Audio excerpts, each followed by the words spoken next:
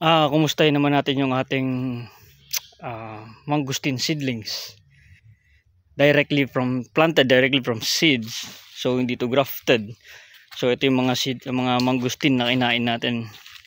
And tinanim natin yung mga buto. So medyo mahirap pa lang magpatubo ng mangustin. Sa dami nung kinain, konti lang ang tumutubo. Sa dami ng tinanim. So ito sila. So this is mangustin. Ayan.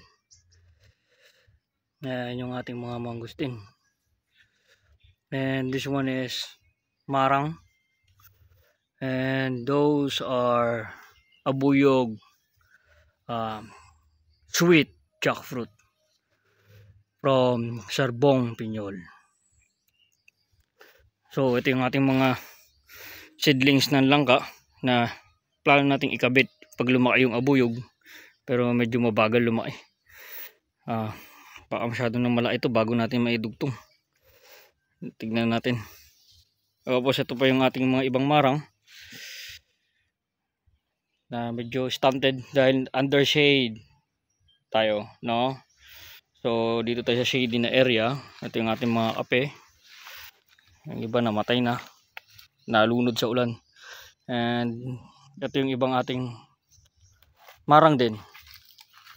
So ayun yung ating aromatic coconut from Serbong Piñol. Maganda na rin. Sa tingin ko dapat itanim na to. Pero grabe tong mangustin. Sa sobrang bagal talaga, napakabagal lumaki. Pero well, bahala ka dyan. Next year itanim na natin yan directly sa lupa.